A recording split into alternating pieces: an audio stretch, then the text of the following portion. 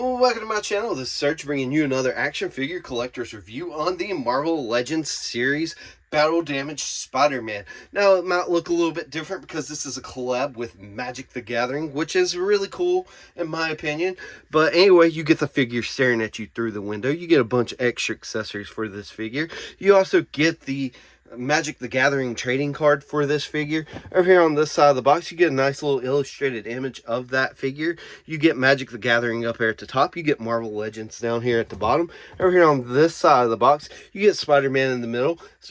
Marvel Legends series up here at the top. You get an illustrated image of Spider-Man down there at the bottom. Over here on the back of the box, you get other figures from this wave. A bunch of illegal stuff that no one ever reads. Over here on the bottom, you get the barcode, more illegal stuff. And up here at the top, you get Spider-Man and Magic the Gathering. Let's get to it. Open this bad boy up. Okay, let's take a good look at those accessories. And first of all, we'll take a good look at this little shield right here. It's like a web shield, and it's pretty cool. This part is articulated, so you can move that around. This did come with the Maximum Series Spider-Man, but I did not pick that figure up, so I'm glad I got this accessory. Over here, we'll take a good look at this. And this is your average, web shooting web, pretty much. And it's okay. I would prefer bendy wire. I like the translucent plastic that they used. So, I mean, you can't really complain too much because you did get that accessory, even though I would have liked the bendy wire. But anyway, you do get this masked head sculpt that comes onto the figure. And I would have liked to see some tearing up through here, maybe some flesh. Just a little thing, but I mean, it's not terrible. And right here where the mask is, I like that, how that's ripped like that. We'll go ahead and take a look at the unmasked head sculpt. I think it looks nice. The bruising looks good. You get cuts and scrapes where I think they should, like if he's fighting, Doc Ock or the Lizard or somebody like that. So I do think that looks good. I think they could have improved upon it a little bit. But, I mean, I can't really complain too much with what we got. Right here, I'll take a look at these fisted hands, boom, boom. And they do look good. And you do need these for whenever you're throwing down with a couple of baddies. And right here, you do get the two wall crawling hands right here. And they look phenomenal as well. And you do need these for certain poses like wall crawling or hand gesturing. Right here, you do get the two whipping hands right here for whenever you're shooting the webs out of your wrist and stuff and fighting some baddies or swinging from rooftop to rooftop. So I enjoy that. You definitely need that whenever it comes to a Spider-Man figure.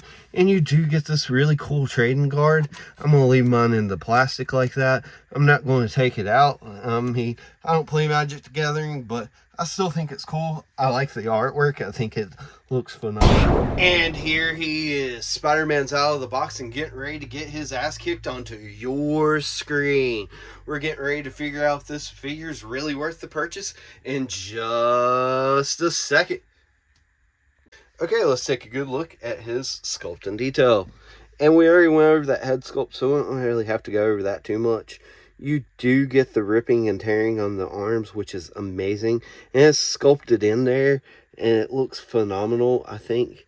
And I do have a little bit extra red paint right there. I don't know if you can tell or whatever by the lighting, but it's a little bothersome. But I guess I could play it off as blood, but it's too bright to be blood. And over here, this looks good too. I wish we would have got some tear pattern going down, but I mean, that's a little minor nitpick. And right here, you do get a little bit of blue paint seeping through. So that's a little bit bothersome. Maybe you can say that's cloth sticking to the skin in your imagination. And you do get some cuts and scrapes right there. I think that looks good. You do get the cuts and tears right there around the boot. I think that looks good. You get toe articulation, which I like that a lot, especially when it comes to a Spider-Man figure. If you like Spider-Man and you like Spider-Man's butt, then be sure to give this video a thumbs up because I just showed you Spider-Man's butt. And all of this is ripped off. I think that looks great. You got all these scratches and stuff. I wish we would have seen a little bit of bruising, but I mean, that's a little minor nitpicks. You get rips and tears on the chest. I think that looks phenomenal.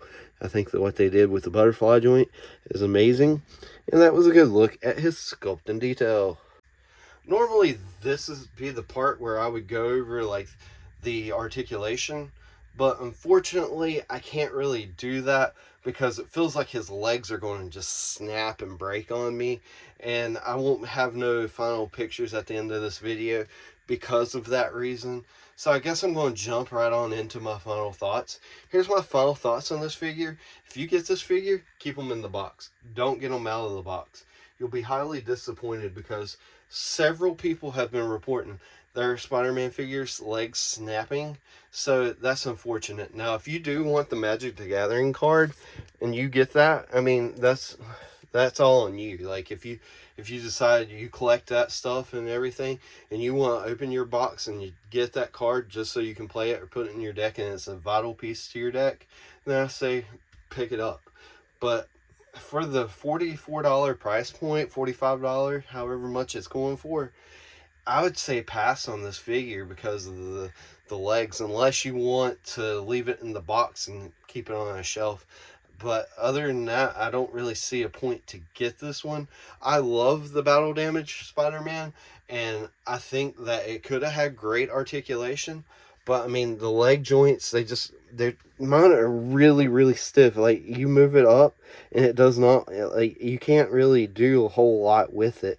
And it feels like it's going to break or snap in there. Like, you can actually feel the plastic kind of like bending with the figure.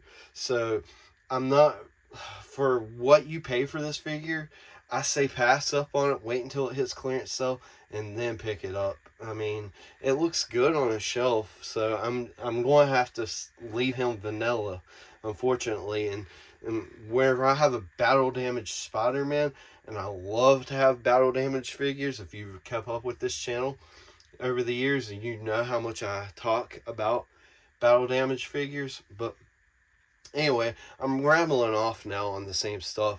But anyway, let me know what you think of this figure. Let me know what you think of the review in the comments below.